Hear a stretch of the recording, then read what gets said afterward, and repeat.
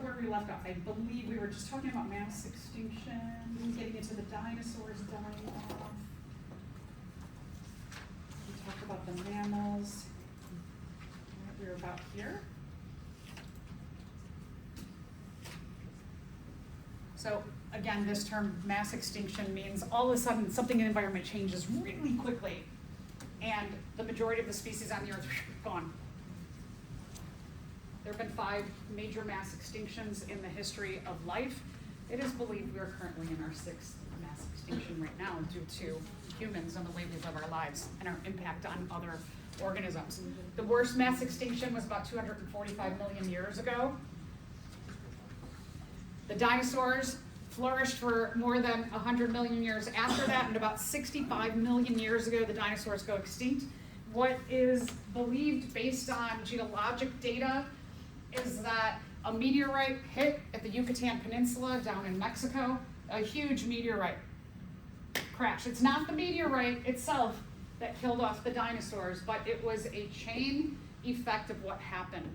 This meteorite was so large that it stirred up all of this dust. And all of this dust that it stirred up covers our atmospheric bubble. One of the amazing things about the Earth is the juxtaposition of where the Earth is from the sun gives us enough heat to be warm and do what we have to do, but not overheat. We'll get to that with climate change and the overheating. But we also have an atmospheric bubble around our Earth that holds heat in, and that helps regulate the heat so that living things can thrive here. So having this atmospheric bubble, when that meteorite strikes, stirs up all of this dust, and it stays within that atmospheric bubble. And what that dust does is it blocks out the ability of sunlight to filter through our bubble. And so the amount of sunlight that is able to reach the Earth, it goes way, way, way, way, way down. Now, at that time, plants were really, really huge, algae huge, everything was really, really big. Whatever was going on with the Earth, it was favored to be very large in size. Remember, the mammals are really small. The mammals are like, oh, there's all these large things, I'm gonna stay out of the way. I do have insulation, fur, and hair, so I'm going to rest during the day. I'm going to be active at night when all of those big scary things are sleeping and resting because they have to get their energy from the sun and they are tired by nighttime. So, sunlight is blocked out. All the very, very large plants don't get enough sunlight to photosynthesize and keep themselves growing, so they start to die off. But there is enough sunlight for small plants to thrive. The herbivore dinosaurs, those that rely on eating the big plants, they don't have enough food. So herbivores start to die off. The herbivores are food, as well as the plants are food for omnivores. Omnivores, omni means I eat many different things. I eat plants, I eat animals, and herbivores and plants die off, omnivores die off, and the predators, the apex predators or carnivores, they don't have animals to eat anymore, so they start to die off. But the little tiny mammals, they have little tiny plants that are thriving, and they're selected for suddenly. So here's where we have a huge change in the environment that does not select for being large, but it does select for being small. And so the dinosaurs go extinct, and the mammals are like, woohoo! We can come out of the trees, and we can roam around the earth. And they do what's called adaptive radiation. It means that a lot of things go extinct, and whoever's left is like, yay, we have everything. We have less competition, we have less predators, we have more of everything we need with less competition, so they thrive. All right, so this is a really nice question, something that, thinking about all of those different times, what I really like to focus on, less about like, what date did this happen and what date did that happen, but I really like to focus on what happened first, second, third, fourth, fifth in the history of life. So this is a really nice question. You may see something like this in your future. So which evolved first? Choose the correct order. So I want you to sit down and look at these. There's a couple things in here that are really, really key to remembering that sometimes are confused by students in the history of life. So take a look at this with a keen eye and think about what's the correct order. If you need to, flip back and look back at the correct order of things because you have it in your notes. So I'm going to give you a couple minutes or a minute to look back and really find what is the correct order here. I love that. Talk to each other. That's great. Very helpful to talk to the person next to you and be like, maybe debate. I think it's this, but not that. Oh, no, remember this. Remember this had to come first.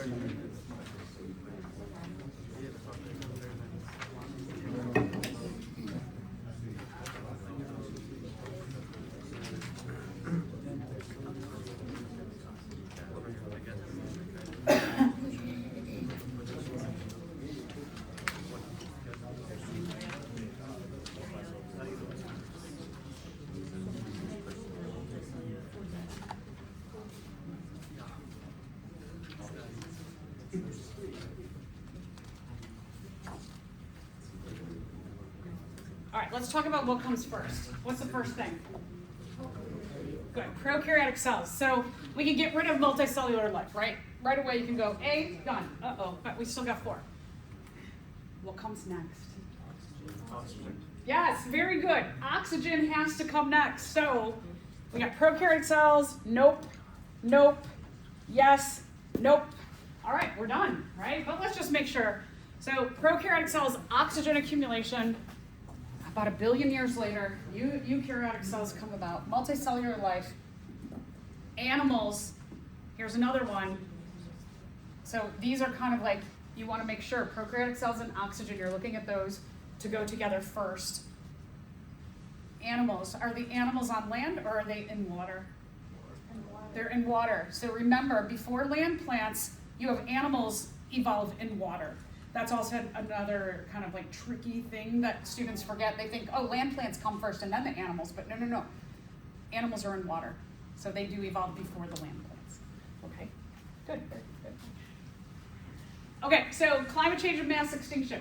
There's something, boom, suddenly happens. The climate changes.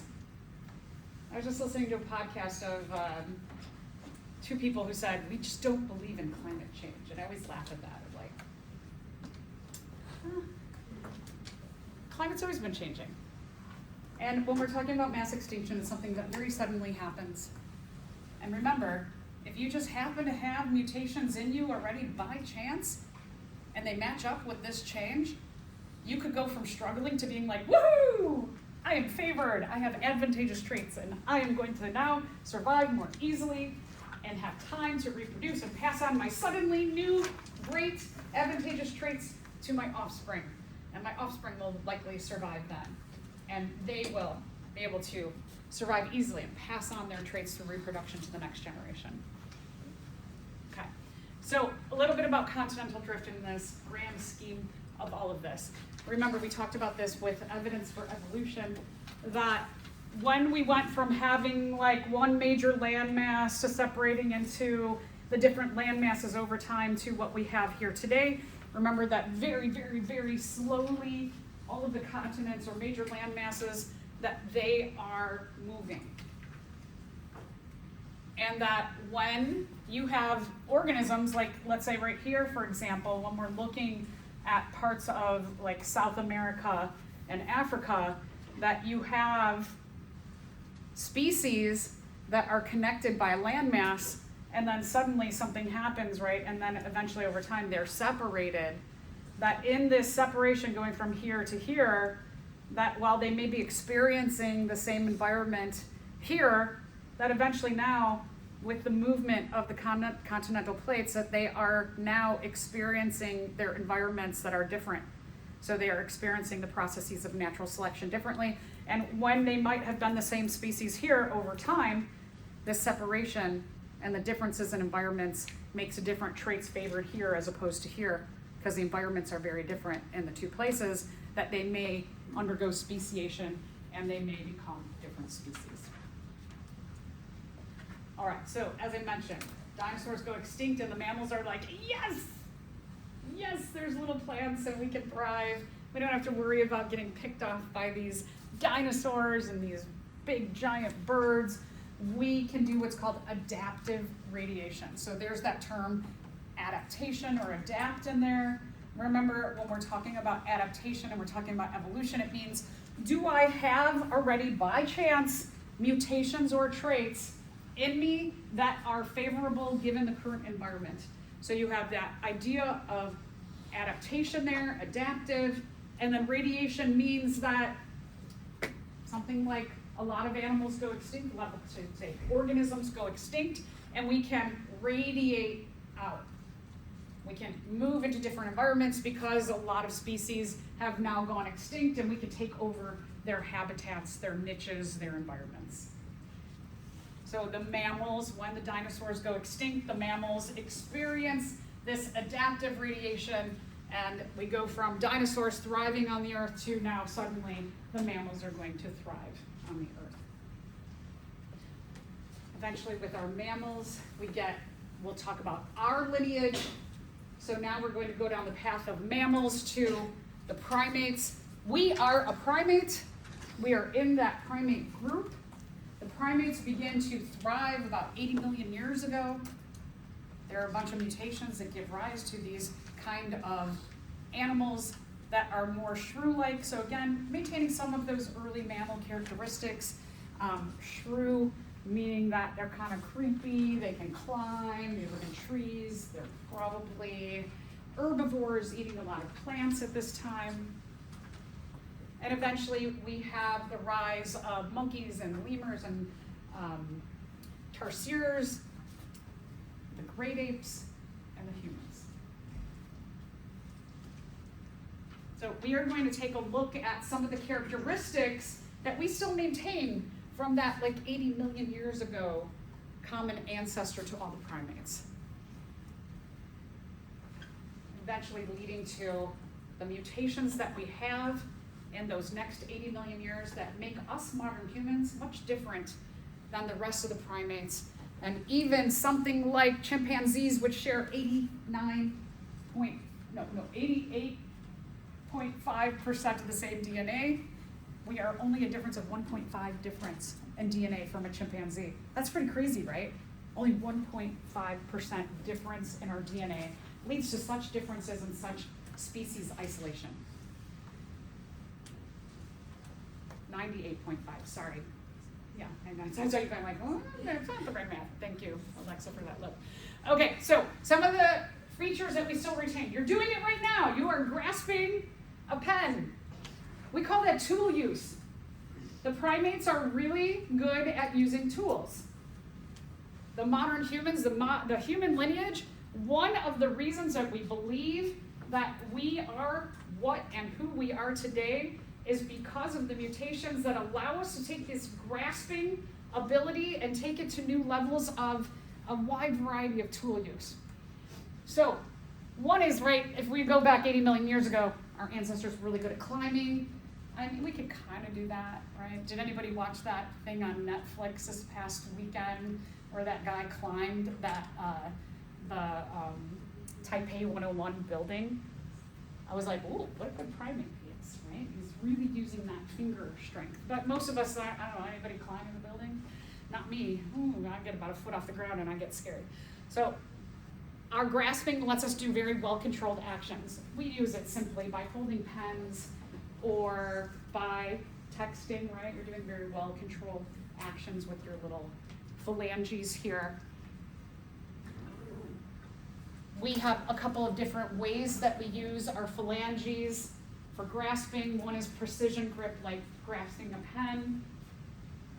Say you get a hole in something and you take a needle and thread and you sew, which was that just ability to figure out, I can use plant-based stringy matter and I can sew together the hide of an animal I killed or some really thick plant matter, and I can make clothing, I can make tarps, I can make things with sewing to protect myself, make myself warm. Also, power grip. We can use a power grip to throw a spear and kill something.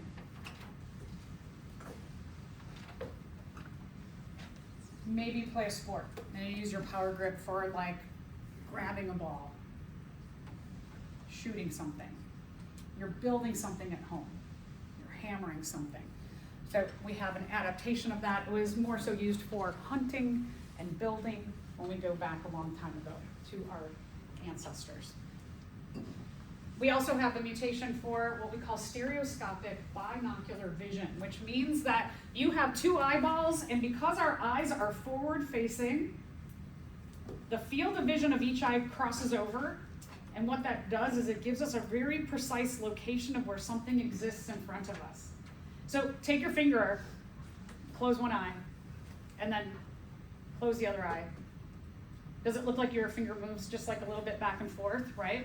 So how do you know where something is? Well, when you have two eyes, those fields of vision cross and you know exactly where it's at. Whereas one eye might be off just a little bit, the other eye might be off just a little bit. So that gives us that precision. That's really great. We go back to the early primates when they're swinging through trees to know where that next tree is, that next branch is, right? So you can grab onto it. If you only had one, or if you had your eyes around the sides of your head, you might be off just a little bit, you could fall. It would be very dangerous. For us now, it does easy things like you have a water bottle in front of you, you can grab your water bottle and you know exactly where it exists. There's also advances in rods and cones, mutations in our eyes that allow us to see color. I mean, color is pretty, but color also helps us to see fruit that is ripe as opposed to not being ripe. Your ripe fruits and foods are more valuable, they have more nutrients in them. See if they're moldy, they have fungus on them. See if something is moldy, poison, you don't want to eat that, right? So the colors, we start to remember this is good, this is not good, and it helps us with our food choices. We have mutations to give us bigger and bigger brains over time. Our brain size in relationship to our body size is actually, our brain is very large for our body size. The other primates, right, if we take a look at a gorilla, for example, I know I talked about this when we looked at the different kinds of evidence for evolution, that the real estate is really taken up by the jaw in the gorillas, whereas the real estate is really taken up by the brain in the human. And so we have a difference in what is favored, what traits are favored between the other primates and the humans. Our big brain also, right, the ability to cognitively think, it gives us maybe things like color vision, it helps us to navigate changing environments quickly. So, right, if you're swinging from tree to tree, or if you're defending yourself from a predator, it also starts to give us the ability to think about, like, hey, if it's cold here, I can sew some clothes by using these hides or these plants. I could go and, let's say it's getting crowded in my environment here, I could put on some clothes, I could make some clothes and take some of my tools and I can go off into a different environment. So it gives us the cognition to be able to start to think about, well, if things aren't so great, maybe I can move on, and how to do that and how to survive. We also eventually have social skills, that we learn how to live in groups. This is all like in our DNA, right? Because if we go back to some common ancestry, we know that colonial living of cells was a thing. So we probably in our DNA somewhere have that behavior of knowing living in groups. There's a benefit there, right? And then we try and figure out how to live together in a group well. One thing that's interesting that other primates do that we don't do, thankfully, is they do what is called grooming. And grooming is they will pick through each other's fur and find bugs and dead skin, and they will eat that. Imagine that you see a friend in the hallway and you greet them by going through their hair and picking things out of their hair. That is the way they might greet each other. That's the way a parent might tell their offspring, I love you, by picking out the parasites, by picking the bugs off of them. So it's a different form of that kind of social communication. I'm grateful we don't do that anymore. Or we don't do that, our other ancestors do that. Okay. Remember the foramen magnum position, that our primate ancestors are kind of hunched over. They are two-legged stooped. The foramen magnum is angular. And then we have mutations that allow us to be more upright in our foramen magnum underneath our skull.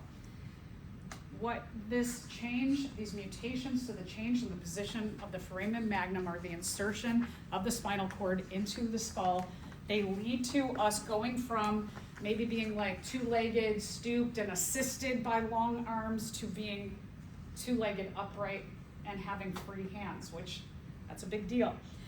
It also allows us to walk around on 2 feet. So let's talk about this idea of bipedalism.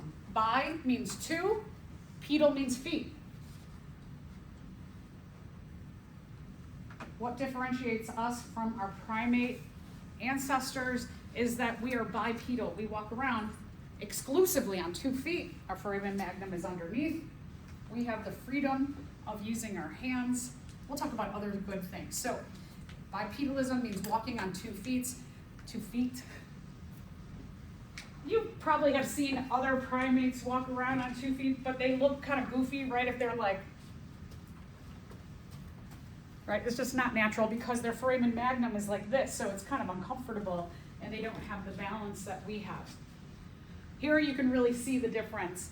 I also want to talk about, just like in this picture, thinking about the evolution. Look at the difference, how long the arms are.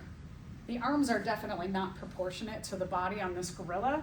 They have super long arms in relationship to, and look at their legs. Our arms and legs are relatively, not equal, but at least proportionate to each other. You can see there's not a good proportion here. The activity that something like a gorilla is going to do, we can see a lot of real estate given to the lungs and the heart. So you can kind of suppose here that there's a lot more activity going on because there's a lot more need for the absorption of oxygen and that bigger heart to pump around the body. You also can see the foramen magnum. It is kind of angular. It looks almost like behind in this picture and totally different in the human. Okay, so being bipedal allows us to have free arms. Having freedom of our arms is like, what can I do with these arms? Oh, I can make tools. I can sew things. I could write a note in the dust on the cave and says, I'm going out hunting, be back by sundown, right? So we can start to use our hands for communication and tools. We also can start to make sharp objects for killing things, but also for like chopping up our food, making it easier to eat, making the ability to eat in different ways. We can reach higher. We are bigger, taller. We can see further, right? If I'm down here, I can't see that far, but if I'm up here, well, I can see pretty far. I can see, is there danger on the horizon? Is the weather changing? What's going on out there that might hinder my survival? If I had you do a race, if I had half the class, I say, you have to crawl on all four from here to the lab, and the rest of you on this side, you can walk. Who's going to make it there first? Most likely the walkers, right? You can be a lot faster when you're on twos as opposed to when you're on fours. You're a bit slower. Maybe you're fast initially, but you can't maintain that fastness when you're on fours. So we can go further. We look bigger. Bears have this instinct. If a bear is walking around and they're just minding their own business, and let's say you're out hiking somewhere out west, and a black bear sees you, the bear goes like this. And that instinct is to be like, I'm going to look bigger and scarier. So we can just do that, right? So now, just by being upright, we just look bigger. And so predators might stay away, and prey, it might be easier to get them. So just some things about benefits of being bipedal. Let's talk a little bit about culture. As I mentioned, if we go back, our cells start to conglomerate into groups.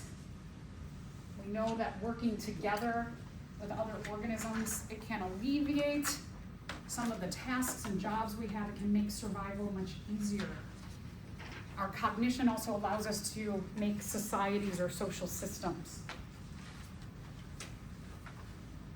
So we might see advancement in, oh, hey, you're using the tool like that. Let me show you how else you can use the tool, right? We can share ideas through our social systems. We can look at food. So let's say like tomatoes, for example. When we have tools, we can figure out if I rub these two sticks together, if I rub this stick and this flint-like stone, I can make a fire. And now I can take my food from being raw to cooked. It's one of the hypotheses that they believe like fueled some of the other mutations that we had that allowed us to really thrive as the species that we are, our ability to cook. Because we can take food and we can make it a lot safer, right? If you have meat and it's kind of getting moldy and you can cook off that mold, well, now you don't have to hunt as much because you're like, oh, okay, good. Wow, the food's moldy. If you can't cook it, you're like, I can cut off the mold and I can get that little bit. But if you can cook it, you can just eat it. And so you don't have to do as much time hunting. Also, cooking allows our nutrients to be taken into different ways or have different benefits, like tomatoes, for example. If you eat a raw tomato, you get a certain kind of nutrient value, but if you cook it, you get a different kind of nutrient value. So now we've expanded the nutrients that we can get. We could, as I mentioned, we could go walk, dress, and go into colder regions. We could use our building ability, our dressing ability, our fire-making use. And we could split up the jobs. If we're in a good society, we could say, hey, you work on that, you work on that, you do that, you do that, you do that. And then we could divide up all the jobs and make our lives a lot easier, make survival a lot easier. All right, this. Is this an ape or a human? Good, okay, good. That's an ape. All right, so let's talk about, you'll see on exams where I put pictures, illustrations, graphs, maybe a Punnett square. So things that you see in your notes that are pictures, graphs, anything that's illustrated in your notes, it is fair game to show up on an exam. So make sure as you're studying that if you see, and I ask you an objective that says tell the difference between the human skull and the primate skull, maybe you also want to say refer back to illustrations, or maybe you want to draw some of that, or you want to paste in the pictures, find them on the internet, because I know some of you have had me.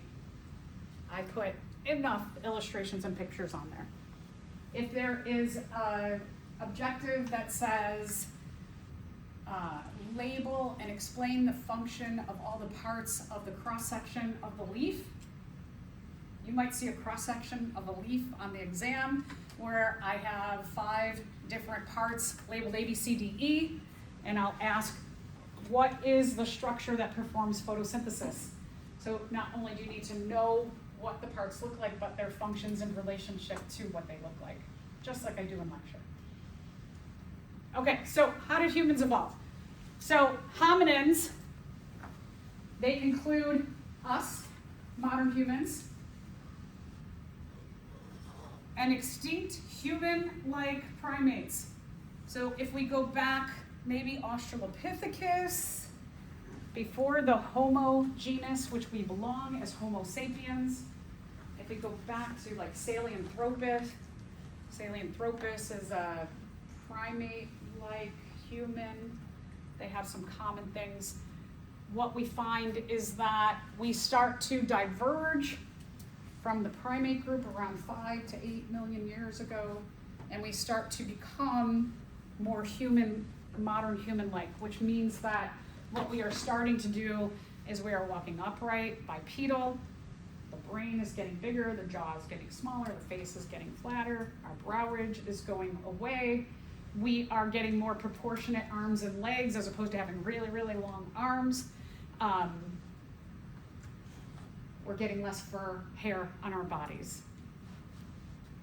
So we will see that over time. We have Sahelanthropus, we have Ardipithecus. You will probably see in our lifetime the human tree of life change even more. I see it almost like every month. There's like, we discovered this, we discovered that. So some of what we are talking about today, 10 years from now, you'll be like, oh, that's totally different now. Yeah, because we make more discoveries. So,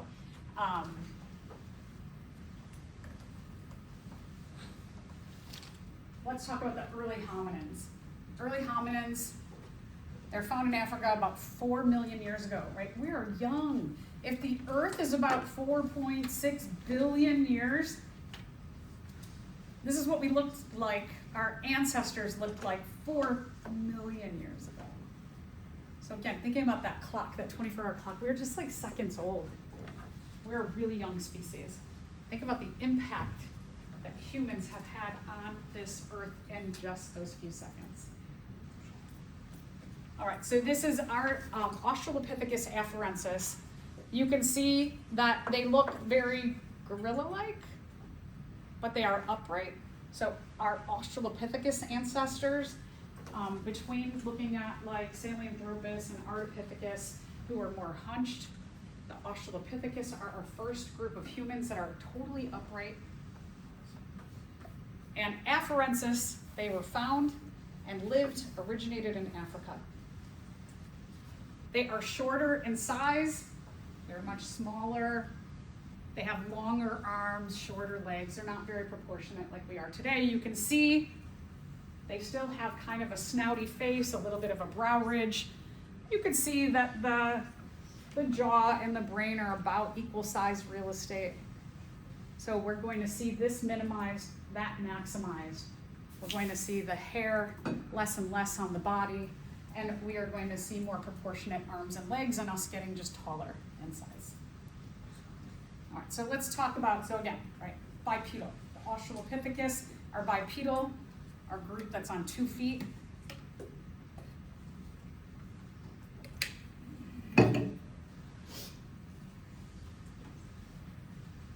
They're still smaller.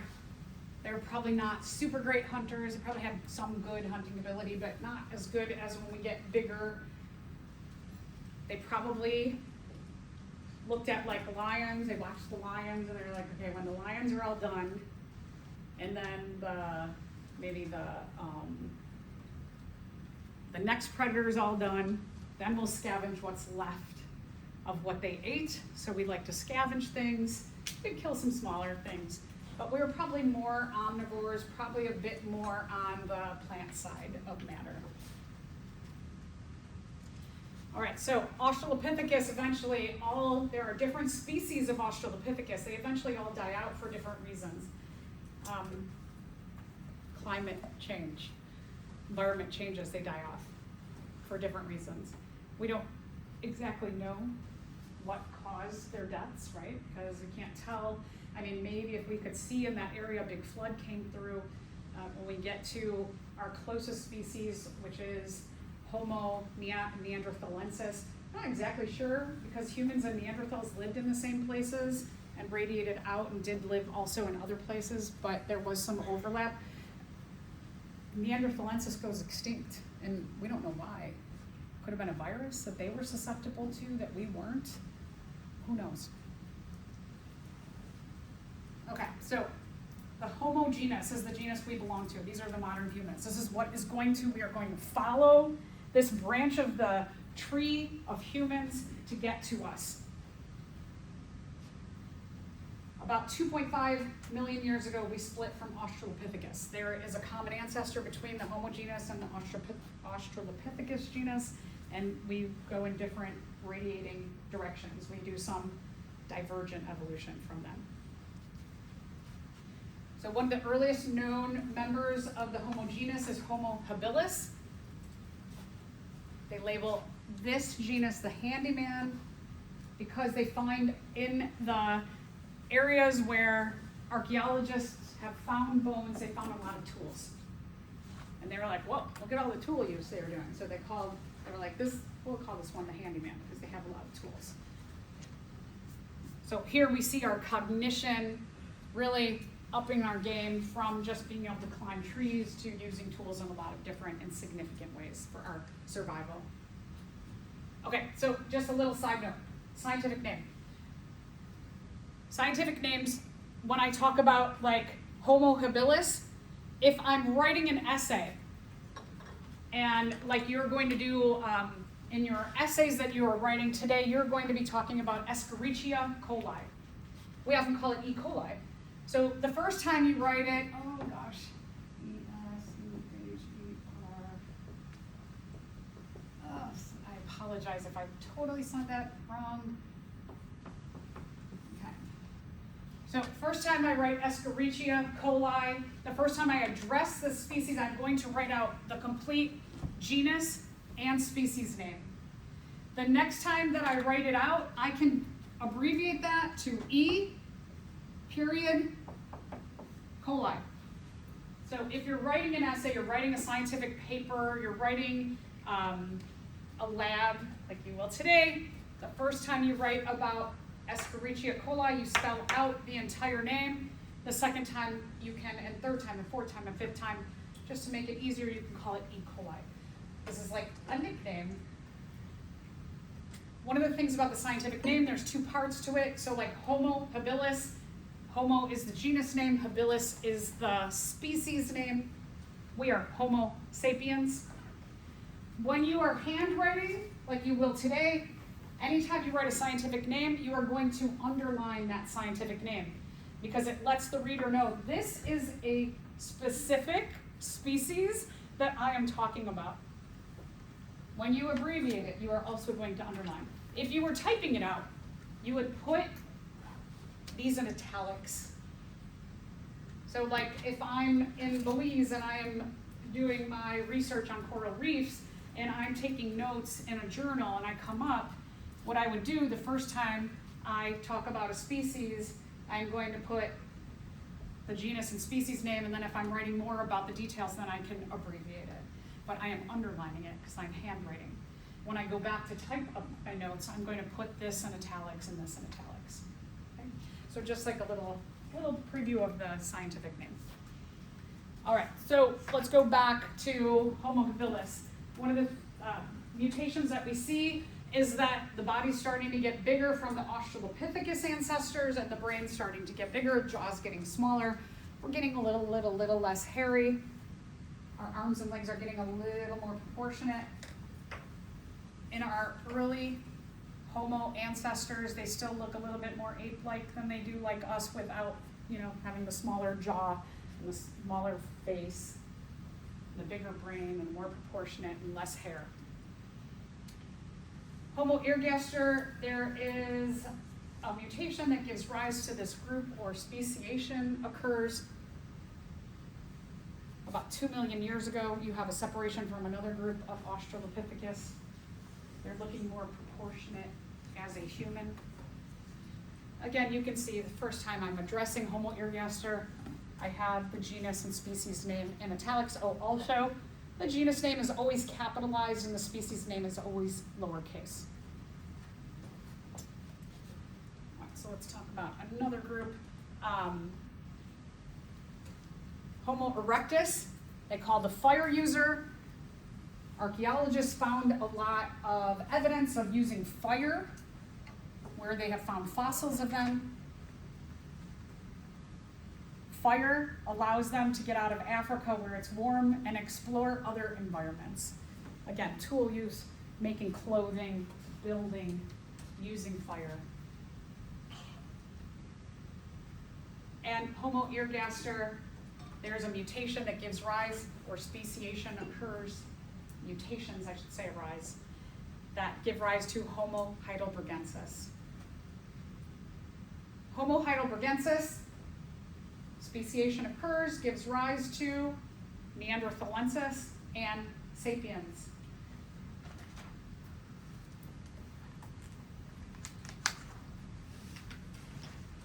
Neanderthals and some Homo sapiens are in Europe. There is some overlap. We do see the Homo sapiens keep going outward. But there are some overlap of the Neanderthals living with us, the Homo sapiens. We are the only human ancestors left. All the rest of our human ancestors have gone extinct. Let me talk a little bit about the Neanderthals. There's a lot of misconceptions about the Neanderthals. So the Neanderthals, if you remember the gorilla skull had these bony projections right down the middle, almost looked like a bone mohawk on it. The Neanderthals had other bony projections on their skulls. Their skulls were really big. They had really big brain cavities, but for some reason, and just artistic license, many years ago, if we go back like 50 years ago, there was a cartoon called Captain Caveman. If you want to just have some laughs, you can look it up on YouTube.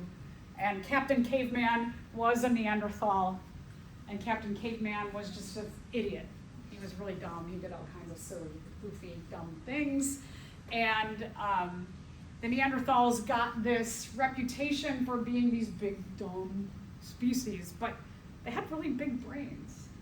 And what we find in terms of evidence around where archaeological digs happen was that the Neanderthals used a lot of different tools, just like the Homo sapiens, and they had social systems just like Homo sapiens.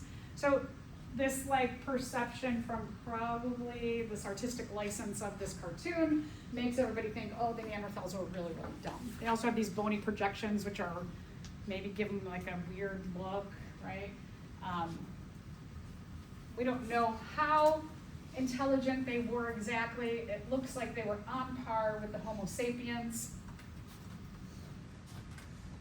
for a long time. So why, and then people say, well, they had to be dumb because they went extinct. But does intelligence necessarily lead to survival?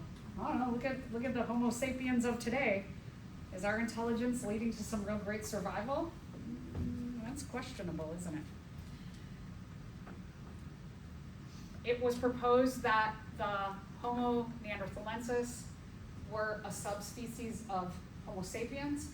So even like 15 years ago, they used to call them Homo neanderthalensis sapiens, no, Homo sapiens neanderthalensis, excuse me, and they called us Homo sapiens sapiens. And they thought we were the same species, but there were subspecies, like breeds of dogs. That dogs are all the same species, and then they are subspecies of one another to give those different kind of looks to them. Eventually, with the ability to process biochemistry and look at sequences of DNA, they realized, no, these are different enough. They are different species.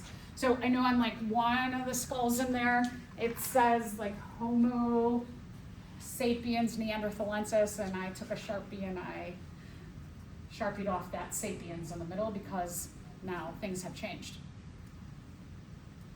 Okay, so they called them the caveman because they did utilize caves as their living quarters, which again, I think is pretty smart, right? It's indoor,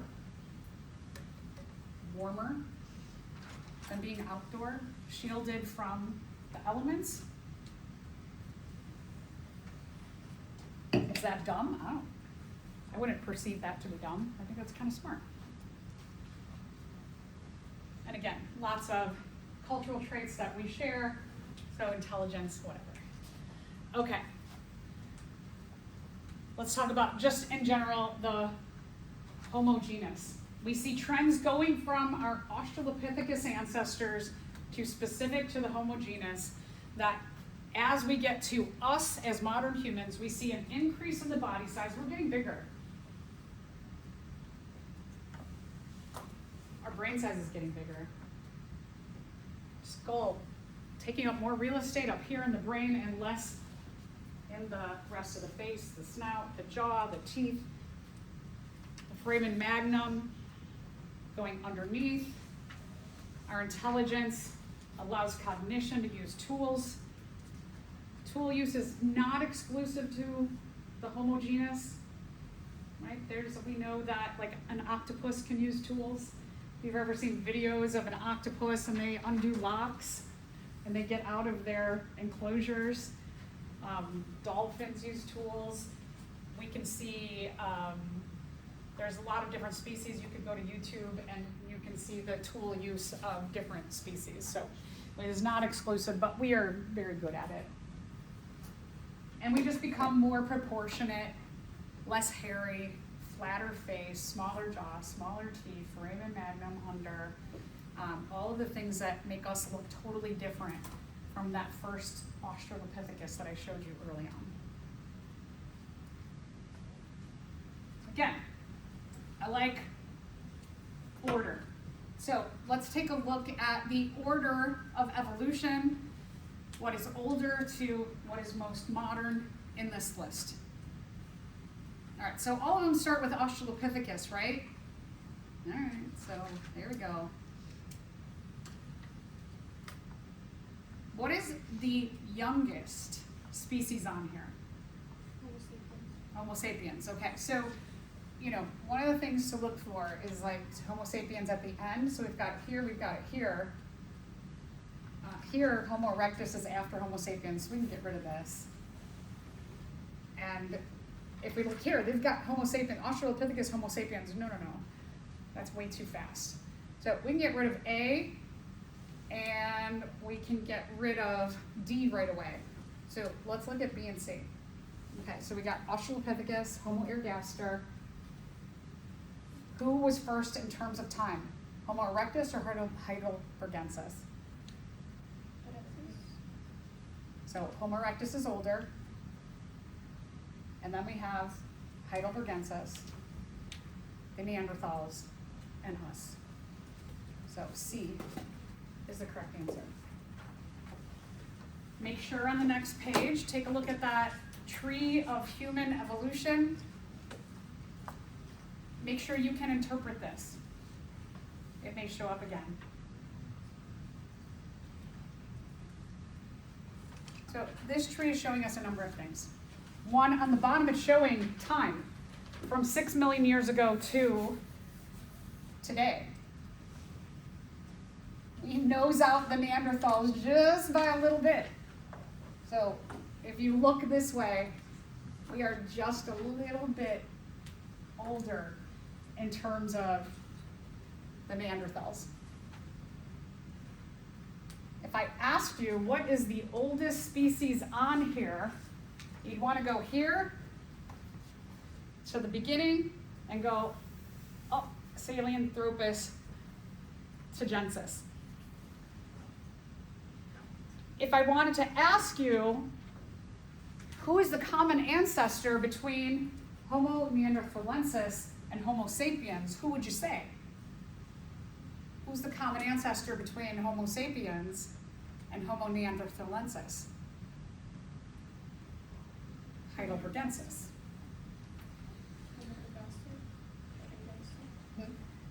Yeah, the common ancestor between us and the Neanderthals is Homo heidelbergensis.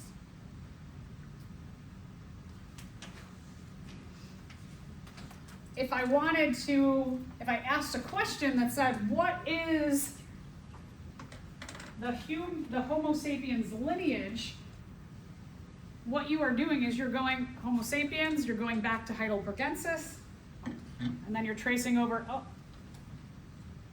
ergaster, afarensis. So our lineage goes, again, Australopithecus afarensis, Homo ergaster, Homo heidelbergensis, Homo sapiens. So just, again, be able to trace. Those are things that you should be able to interpret by looking at this tree of life. How about the one that's on top of this? Habilis? No, behind it.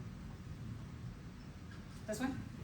So we could do that one too. We could if I wanted to go one step further and include them, then yes, then I could include them too. So I usually don't. But yeah, you could say Australopithecus animensis, Australopithecus afarensis, Homo ergaster, Homo heidelbergensis, Homo sapiens. Okay? Anybody, any other questions? So again, if I spend a little time talking about something and showing you information on it, it's probably a good idea to mark that with a star and say, yeah, go over that. I also kind of go over it as I talk through the lecture portion as well. So do you want us to memorize the names or just know how to read? Read it. Okay. Yeah, yeah. Yeah, yeah, so interpret. I'll have this up there. Okay, so let's talk about classification and diversity for a little bit.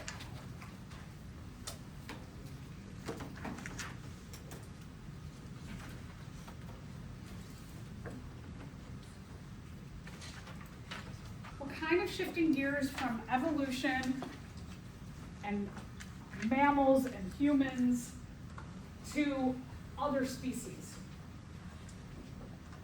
So now we're getting into like a diversity of life. But before we get there, let's talk a little bit about this idea of phylogeny and the history of life. So classification.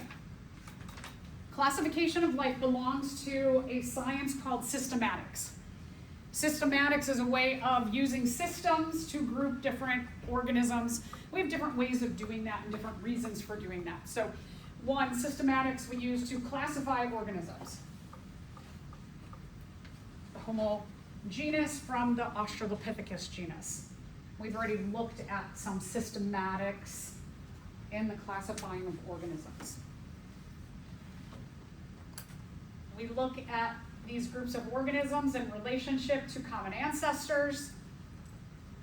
Who came first? Speciation occurs, gives rise to the next group. Speciation occurs, gives rise to the next group. So we're talking about their relationships and evolution.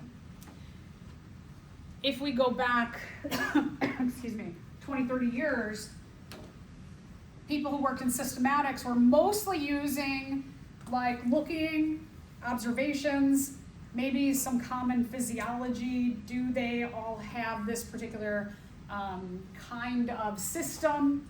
Do they have a tube digestive system? Then they grouped them together. They looked at their fossil records. What did they look like? Well, these two things looked alike, right? They both have wings, so I would say a butterfly and a bird are in the same group. Then eventually they're like, oh, let's open up those wings. Nope, this one doesn't have bones and this one does have bones, right? So we're gonna separate no bones and bones. Spinal cord, no spinal cord. Eventually, what happens 15 years ago is the ability to sequence and use biochemistry. We could sequence out strands of DNA, strands of RNA, or strands of proteins into their amino acid sequences, and we can have a more concrete, tangible way of saying their biochemistry matches, so therefore they are more closely related.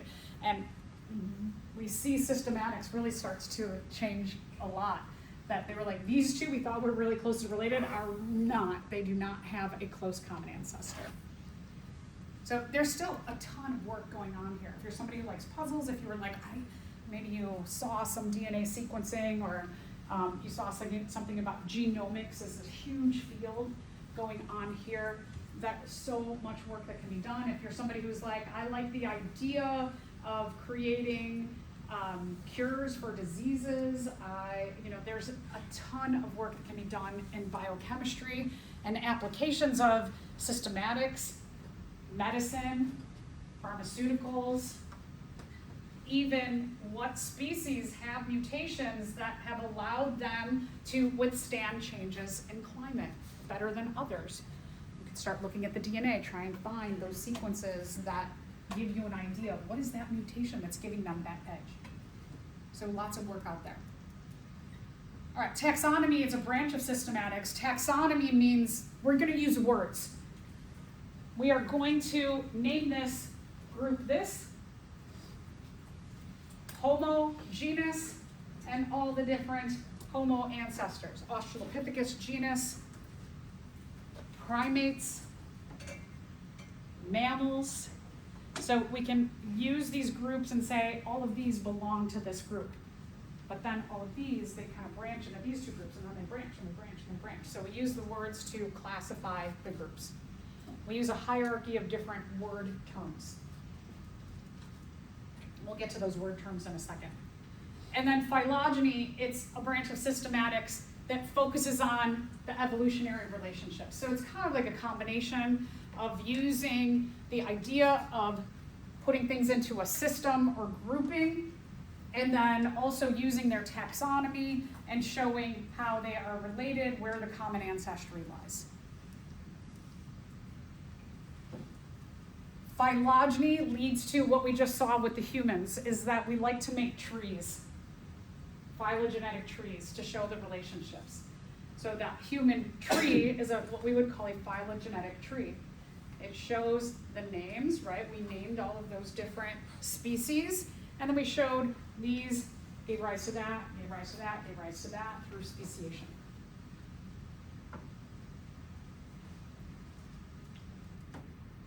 All right, so again, this is a phylogenetic tree also up here.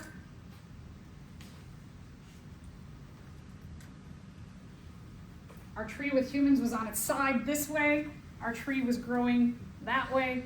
This tree is growing that way. We can use our trees in a variety of different ways, depending on what we're trying to show. Just depending on maybe your piece of paper.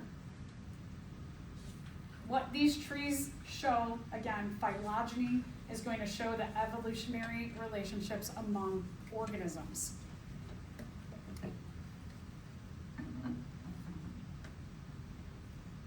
The phylogeny is going to be based on how things look, what's their physiology, what is their similarities in DNA, RNA, amino acids, proteins. And then we're going to name them. We're going to use taxonomy that leads us to showing something visual of phylogenetic tree.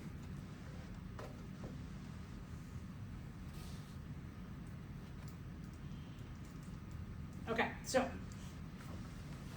in taxonomy, we use what are called clades.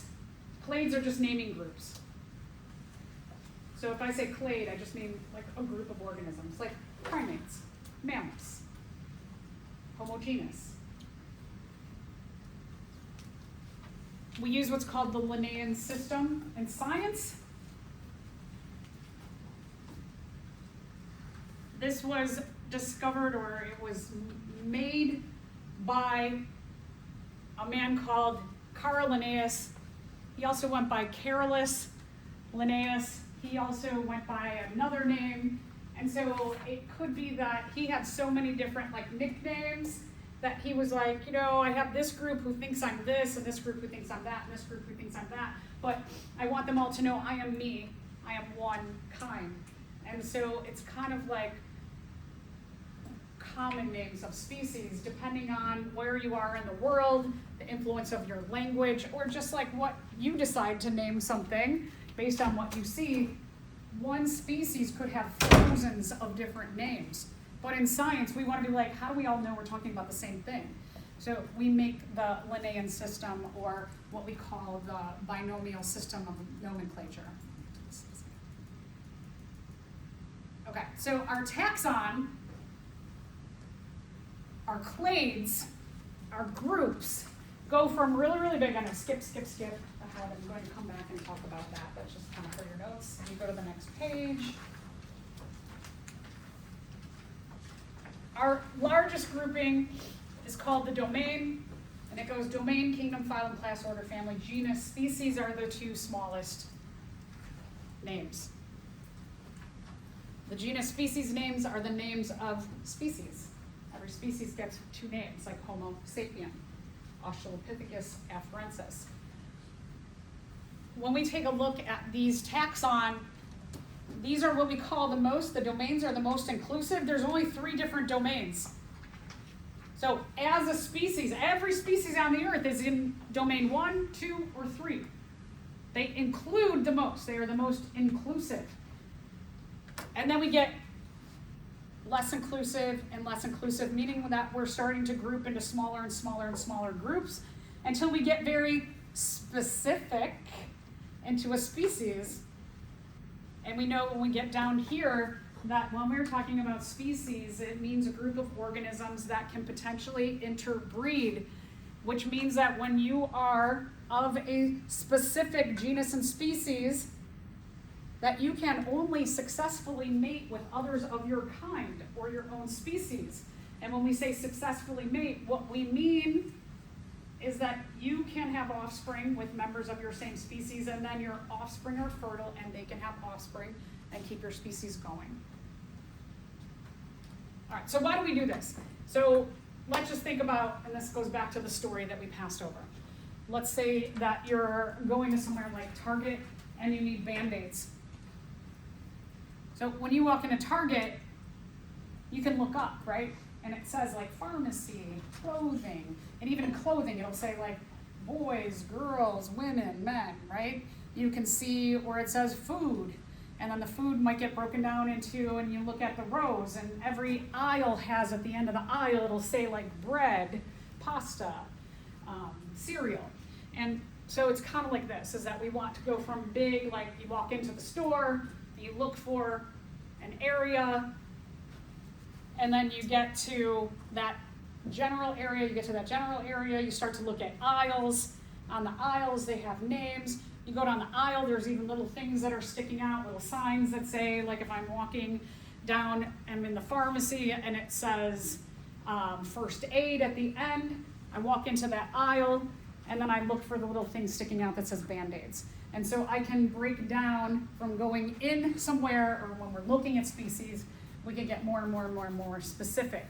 Whereas if, let's say Target decides, I want to use this organized system for our store, and what they do is that whenever a truck comes in, take all the stuff off the truck, and they just find an empty shelf, and they just start putting stuff on an empty shelf. And you walk in and you're like, I need Band-Aids, and they're like, good luck. They're somewhere in the store, right? That would be chaos. So we don't use that kind of system of chaos, we use organization. So our phylogenetic trees, they can look like this. They can look like the human one. You saw that little example that we'll get to. The clades may always change. As we process more DNA from different species, it might take this whole branch, maybe this whole branch was off of here. And they start processing the DNA, and they're like, actually, all these species belong closer to here. So what you will see is, just like I talked about with the humans, that we see changes that happen based on advancements that we make in archaeology and then thus in biochemistry. Okay, so this is one of my favorite animals in the world. It's called Chileneus undulatus. It's really pretty. It's neon blue and green. It has a great pattern to it. The fish has this weird hump on the head. It's got these two beady eyes, and it's got this big mouth, and then it has like a couple of teeth that just stick out, so it looks kind of like. When you go to an area and you're snorkeling or you're scuba diving on a coral reef, you'll see one of these. This is called a super male. All the rest of this Chileneus undulatus species, the other males are kind of like, so this fish is like this big. It's a big fish. So you see it and you're like, whoa, there's that super male. And the rest of the males are kind of like this big, and they're kind of grayish in color. And the females are about this big, and they're kind of pinkish, like a very muted pink in color. And so nobody's as impressive as the super male. Now, when the super male, there's only one super male per population of Chileneus undulatus species. So you go to a reef area and you see one of these swimming around, you're not going to see another one. That's their territory. And when something happens where they're going to die, it is believed that they start to give off chemicals, pheromones, into the water to signal to the population, I'm dying. The largest, most dominant, best survivist female, not exactly sure how this fish is chosen, but usually like one of the more successful females in the population receives those chemicals, and her internal physiology begins to change, and she goes from being female to becoming a male. And she starts to grow in size and change her color, and she becomes the new super male. Isn't that cool? Can you imagine? Can you imagine you're just like going about your day and you're like, ooh, I feel weird, right? And you start growing in size and changing color and getting bigger. And now you're like, I'm the coolest one on the population now suddenly. That would be wild. So I just think they're so cool. I mean, they're really pretty. Again, only one in a population. But one time I was scuba diving and I was like, I knew this as the humphead wrasse, and I was like, oh, I hope I see a humphead wrasse. I hope I see a humphead wrasse. And I come up from that dive and I tell everybody in the boat, I saw a humphead wrasse, I'm so excited. My favorite fish. And somebody said, oh, I was so excited, I saw this Napoleon wrasse. And somebody else said, I saw this Ipus. And somebody else said, I saw the double-headed Maori wrasse. We're all from different parts of the world, so we have different names for this. But upon talking and we're all describing what it looks like, we're like, wait a minute. We're all talking about Chelinius undulatus. And so having all of these different common names can lead to a lot of confusion in science, whereas having a system, the Linnaean system, the binomial system of nomenclature, a two-name system of naming organisms, allows us to all know we're talking about the same thing. It makes science a lot more organized.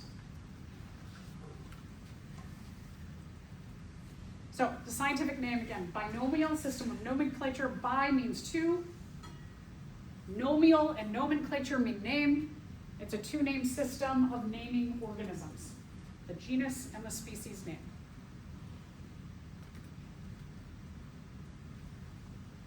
So every species gets a genus. There can be finches, for example. I think there's over 400 different species of finch in one genus. Right? There's not that many. There was a handful of Homo genus species, but a genus could have hundreds or thousands of different species in it. So if we're looking at Chelinius undulatus, Chelinius is the genus, undulatus is the species. Notice that I have the name in italics. Notice that the genus name is capitalized and the species name is not. Here's a couple of other examples where you see, again, genus name on all of these is capitalized, the species name is in lowercase. They are all italics because I was typing. If I was handwriting, I would underline them. All right, so again, rules. Genus name is capitalized. Species name is in lowercase. It is not capitalized. If you are typing, it is in italics. If you are writing, it is underlined. All right, so let's stop there. We'll have a question for review next time. So today, when you get into lab, you are looking at your pea plants. You're giving them water. If you have plants that have